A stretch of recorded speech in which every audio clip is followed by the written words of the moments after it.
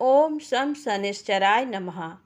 आप सभी का हमारे यूट्यूब चैनल पर हार्दिक स्वागत है। आज सुने शनिवार व्रत की संपूर्ण कथा।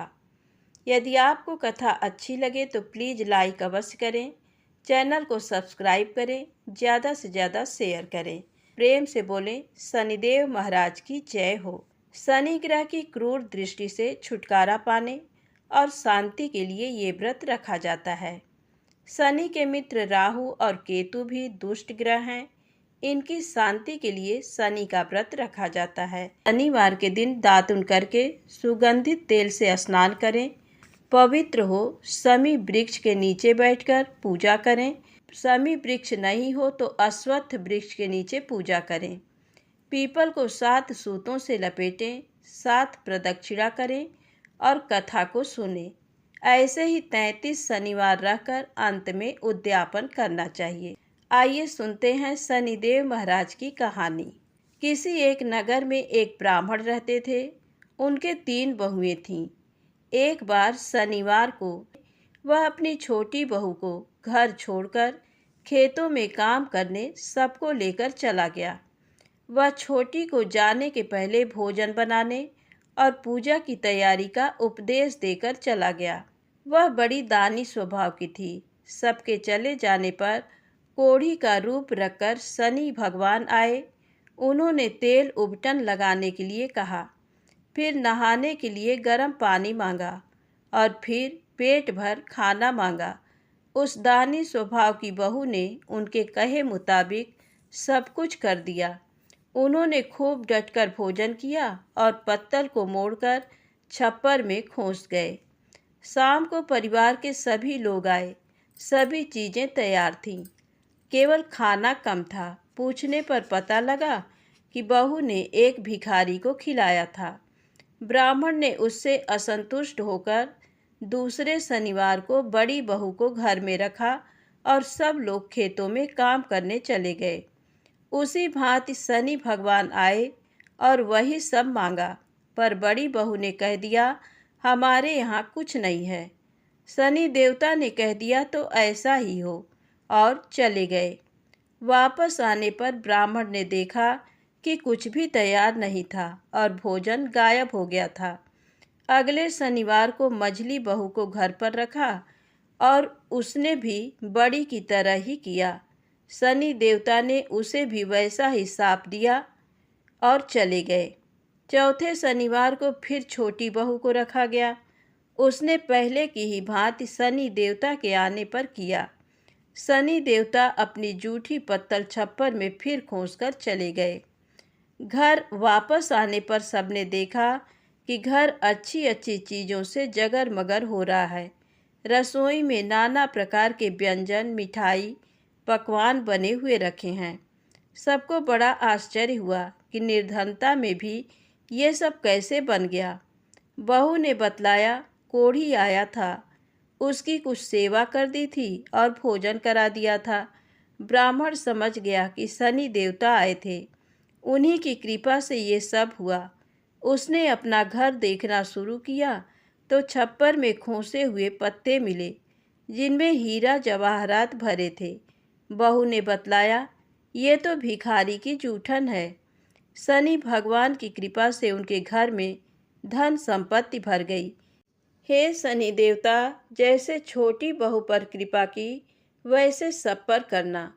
कहानी कहने वालों पर भी, कहानी सुनने वालों पर भी। प्रेम से बोलें शनिदेव महाराज की जय हो। आइए सुने शनिदेव महाराज की दूसरी कहानी। किसी देश में एक राजा राज्य करता था। उसने अपने नगर में एक बाजार लगवाया। दूर दूर से सौदागर बुलवाए और डुग्गी पिटवा दी कि बाजार उजड़ने पर जिसका जो भी माल नहीं बिकेगा उसे राजा खरीद लेगा। सौदागर बहुत खुश थे। जिस दिन किसी सौदागर का कोई माल नहीं बिकता, राजा के आदमी जाते और उचित मूल्य देकर खरीद लेते थे।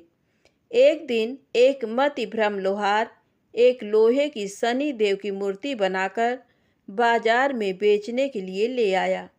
भला शनि मूर्ति कौन खरीदता? हमेशा की भांति बैठ के उठने पर राजा के आदमी उसके पास पहुँचे और मूर्ति खरीदकर राजा के पास ले गए। राजा बड़ा धर्मात्मा और प्रजा पालक था। राजा ने बड़े आदर से शनि देव की मूर्ति को महल में रख लिया। रात में जब राजा सोया हुआ था, तब उसने देखा कि एक तेजोमय नारी उसके शरीर से निकली और द्वार की ओर बढ़ी। राजा ने पूछा, कौन हो? नारी मूर्ति बोली, राजन, मैं लक्ष्मी हूँ, तुम्हारे घर से विदा होती हूँ। अब तो तुम्हारे घर में शनि का वास है, हम दोनों एक साथ एक जगह पर नहीं रह सकते। लक्ष्मी जी चली गईं, पर राजा ने नहीं रोका। शनि देव को आश्रय देकर वह उनका निरादर नहीं कर सकता था, और फिर जाने वालों को कौन रोक सकता है। थोड़ी देर में एक देव पुरुष निकला और द्वार की ओर बढ़ा। राजा ने पूछा, आप कौन हो? देव पुरुष बोला, मैं वैभव हूँ। राजा ने उसको भी जाने से नहीं रोका। इसी प्रकार धर्म, धैर्य, क्षमा आदि अन्य गुण भी एक एक करके राजा के पास से चले गए, पर राजा किसी को नहीं रोका। अंत में जब सत्य जाने लगा तो राजा ने पूछा, तुम कौन हो देव पुरुष? सत्य बोला, राजन, मैं सत्य हूँ। राजा ने लपक कर उसके पांव पकड़ लिए और बोला, सत्यदेव, तुम कैसे जा सकते हो? तुम्हारे बल पर तो मैंने सबका तिरस्कार किया है। मैंने तुमको आज तक नहीं छोड़ा और आज भी मैं तुम्हें नहीं जाने दूंगा, और तुम ही मुझे कैसे छोड़ सकते हो? सारे संसार को छोड़ सकता हूँ, पर तुम्हें नहीं। सत्य लाचार होकर रुक गया। बाहर सब लोग सत्य की राह देख रहे थे। जब सत्य को बहुत देर हो गई फिर भी वह न आया तो धर्म बोला, सत्य के बिना मैं नहीं रह सकता, मैं वापस जाता हूँ। धर्म के पीछे दया, धैर्य, क्षमा, वैभव, लक्ष्मी सभी लौट आए। लक्ष्मी बोली, राजन, तुम्हारे सत्य प्रेम ने तुम्हारी रक्षा की, हमको वापस आना पड़ा। तुम्हारा जैसा सत्यवादी दुखी नहीं रह सकता। इस प्रकार राजा के सत्य प्रेम के कारण लक्ष्मी जी और शनि देव एक ही स्थान पर रहने लगे। तो प्रेम से बोले, शनिदेव महाराज की जय हो। प्रेम से बोले, सत्यदेव महाराज की जय हो। आइए सुने प्रभु श्री राम के द्वारा लक्ष्मण के त्याग की कहानी। सूत जी कहते हैं, महर्षियों, कमल नयन भगवान श्री रामचंद्र जी लोकापवाद के कारण सीता जी का परित्याग करके अयोध्या का राज्य करने लगे। उन्होंने दूसरी किसी स्त्री को पत्नी रूप में किसी तरह भी स्वीकार नहीं किया। यज्ञ कार्य की सिद्धि के लिए भी पत्नी के स्थान पर सीता देवी की स्वर्णमयी प्रतिमा को ही बिठाया। श्री राम ने 11,000 वर्षों तक ब्रह्मचर्य का पालन करते हुए निष्कंटक राज्य किया। तदनंतर श्री रामचंद्र जी के भवन में एक देवदूत आया और बोला, भगवान, मुझे इंद्र ने भेजा है, अतः आप मुझसे एकांत में मिलिए। तब भगवान श्री राम ने एकांत में जाकर लक्ष्मण जी से कहा, लक्ष्मण, मैं जब तक इस देवदूत के साथ बैठकर वार्तालाप करूं, तब तक कोई यहाँ न आवे। यदि कोई आवेगा तो उसे मृत्यु दंड दिया जाएगा। अतः तुम राजद्वार पर उपस्थित रहकर इस बात की ओर दृष्टि रखो कि कोई आ न जाए और किसी के लिए वध का प्रसंग न उपस्थित हो जाए। लक्ष्मण ने बहुत अच्छा कहकर आज्ञा स्वीकार की और वे स्वयं राजद्वार पर खड़े होकर पहरा देने लगे। इधर देवदूत ने श्री राम के साथ वार्तालाप प्रारंभ किया। इंद्र तथा अन्य स्वर्गवासियों का संदेश सुनाते हुए उसने इस प्रकार कहा, महाभाग, आपने रावण का विनाश करने के लिए ही भूतल पर अवतार धारण किया था। वह दुष्ट मारा गया, त्रिभुवन का कंटक दूर हुआ। आपने इस समय देवताओं का सब कार्य पूर्ण कर दिया। अब यदि आपकी रुचि हो तो मृत्यु लोक त्याग कर दिव्य लोक में पधारिए। इसी समय मुनिश्रेष्ठ दुर्वासा वहाँ आए और लक्ष्मण जी से पूछने लगे, श्री रघुनाथ जी कहाँ हैं? लक्ष्मण बोले, विप्रवर, मुझ पर दया करके थोड़ी देर यहीं ठहर जाइए। महाराज किसी देव कार्य से एकांत में बातचीत में लगे हुए हैं। दुर्वासा बोले, यदि अभी मुझे राजा श्री रामचंद्र जी दर्शन नहीं देंगे तो मैं समस्त रघुकुल को शाप देकर भस्म कर डालूंगा। ये सुनकर लक्ष्मण जी ने मन ही मन दुखी होकर कुछ विचार किया और स्वयं श्री रामचंद्र जी के समीप जाकर हाथ जोड़ साष्टांग प्रणाम करके कहा, देव, मुनिश्रेष्ठ दुर्वासा दर्शन के लिए राजद्वार पर खड़े हैं, उनके लिए क्या आज्ञा है। लक्ष्मण जी का वचन सुनकर श्री रामचंद्र जी ने देवदूत से कहा, तुम देवराज के पास जाकर ये कह देना कि मैं 1 वर्ष के अंदर ही आपके समीप आ जाऊंगा।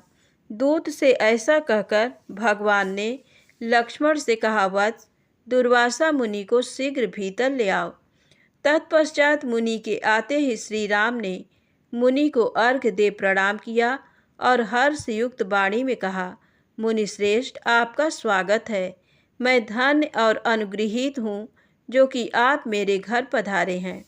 दुर्वासा ने कहा, रघुनंदन, मैं उपवास पूर्वक चातुर्मास से व्रत करके आज भोजन करने के लिए आपके घर आया हूँ, अतः मुझे शीघ्र भोजन दीजिए। तब श्री रामचंद्र जी ने मिष्ठान आदि से मुनि की यथेष्ट भोजन कराकर तृप्त किया। इस प्रकार भोजन करके आशीर्वाद दे दुर्वासा मुनि चले गए। तब लक्ष्मण ने भगवान श्री राम से कहा, प्रभो, अब मुझे मृत्यु दंड मिलना चाहिए। ये सुनकर श्री रामचंद्र जी अपनी प्रतिज्ञा का स्मरण करके दुखी हो गए। तब लक्ष्मण ने कहा, प्रभो, अपने वचन को बिना किसी हिचक के सत्य कर दिखाना यही राजाओं का परम धर्म है। लक्ष्मण की बात सुनकर श्री राम के नेत्रों में आंसू भर आए। उन्होंने धर्मशास्त्र के जानने वाले मंत्रियों से बहुत देर तक सलाह ली और अंत में लक्ष्मण जी से कहा, सुमित्रा नंदन, आज मैंने तुम्हें त्याग दिया, तुम शीघ्र दूसरे देश को चले जाओ। साधु पुरुषों का त्याग अथवा वध दोनों बराबर है। तत्पश्चात लक्ष्मण जी अपने घर में माता, पत्नी, पुत्र या सुहृद किसी के साथ सम्मति न करके सरयू के तट पर चले गए। वहां सरयू जल में स्नान करके तट पर एकांत स्थान में बैठ गए और पद्मासन लगाकर उन्होंने अपने आत्मा को परमात्मा में लीन करके ब्रह्मरंध्र से अपने तेजोमय प्राण का परित्याग कर दिया। श्री रामचंद्र जी ने जब ये समाचार सुना तब वे अत्यंत दुखी होकर विलाप करने लगे। वे मंत्रियों और सुहित जनों को साथ लेकर स्वयं उस स्थान पर गए और करुण स्वर में हा वत्स कहकर फूट फूट कर रोने लगे। उस समय लक्ष्मण जी का कलेवर अदृश्य हो गया और फूलों की वर्षा के साथ आकाशवाणी हुई, महाभाग राम, आप शोक न करें। ब्रह्म ज्ञान से संयुक्त लक्ष्मण जी सर्व संन्यास करके परम धाम को पधार गए हैं।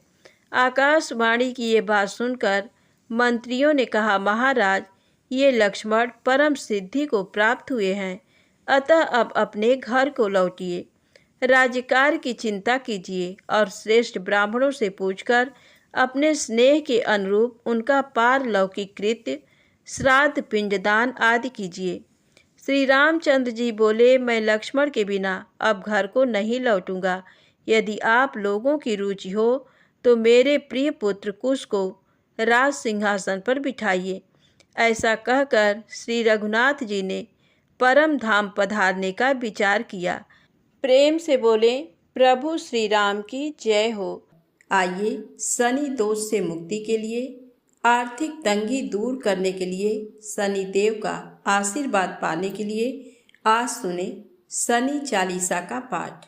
जय गणेश गिरिजा सुवन मंगल करण कृपा, दीनन के दुख दूर करी की जय नाथ निहार। जय जय श्री शनिदेव प्रभु, सुनहु विनय महाराज। करहु कृपा हे रवि तनय, राखहु जन की लाज। जयति जयति शनिदेव दयाला, करत सदा भक्तन प्रतिपाला। चारि भुजा तनु श्याम विराजे, माथे रतन मुकुट छवि छाजे। परम विशाल मनोहर भाला, टेढ़ी दृष्टि भ्रिकुटि विकराला। कुंडल श्रवण चमाचम चमके, ही अमाल मुक्तन मणि दमके। कर में गदा त्रिशूल कुठारा, पल बिच करें अरिहि संहारा। पिंगल कृष्णो छाया नंदन, यम कोड़स्थ रौद्र दुख भंजन। सौरी मंद सनी दस नामा, भानुपुत्र पूजहि सब कामा।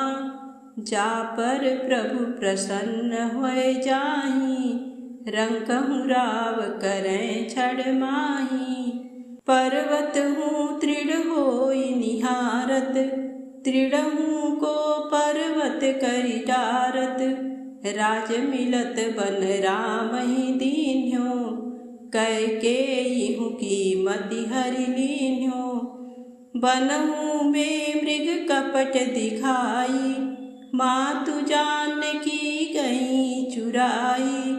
लख नहीं शक्ति विकल करि डारा, मचि गादल में हाहाकारा।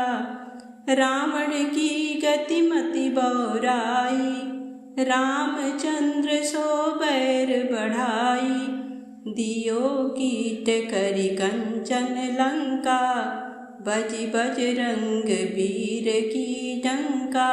नृप विक्रम पर तुहि पगुधारा, चित्र मयूर निगल गए हारा।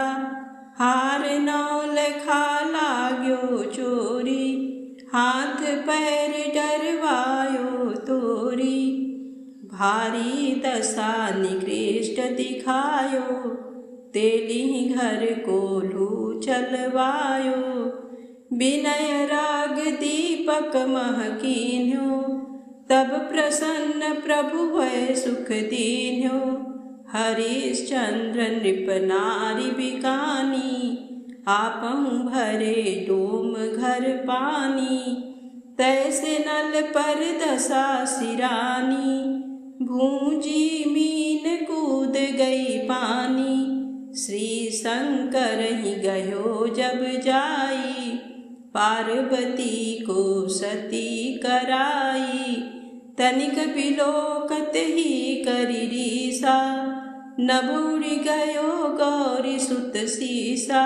पांडव पर भय दशा तुम्हारी, बची द्रौपदी होती उघारी। कौरव के भी गति मति मार्यो, युद्ध महाभारत करि डार्यो। रवि कहाँ मुख मह धरि तत्काला, लेकर कूदि पर्यो पाताला।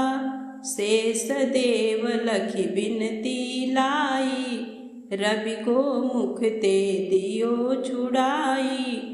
वाहन प्रभु के साथ सुजाना, जगदिग्गज गर्दभ मृग स्वाना।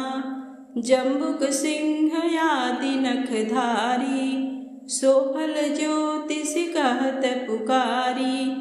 गजवाहन लक्ष्मी गृह आवे, हयते सुख संपत्ति उपजावे। गर्दभ हानि करे बहु काजा, सिंह सिद्ध कर राज समाजा। जम्बुक बुद्धि नष्ट कर डारे, मृग दे कष्ट प्राण संहारे। जब आवहि प्रभु स्वान सवारी, चोरी आदि होए डर भारी। तैसहि चारि चरण यह नामा, स्वर्ण लौह चांदी अरु तामा। लौह चरण पर जब प्रभु आवे, धन जन संपत्ति नष्ट करावे। समता ताम्र रजत शुभकारी, स्वर्ण सर्व सुख मंगल भारी। जो यह शनि चरित्र नित गावे, कबहु न दशा निकृष्ट सतावे। अद्भुत नाथ दिखावे लीला, करें शत्रु के नसीबल ढीला। जो पंडित सुयोग्य बुलवाई, विधिवत शनि ग्रह शांति कराई। पीपल जल शनि दिवस चढ़ावत, दीप दान दे बहु सुख पावत।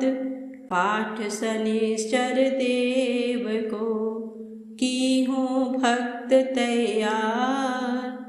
करत पाठ 40 दिन, हो भव सागर पार। तो प्रेम से बोले शनिदेव महाराज की जय।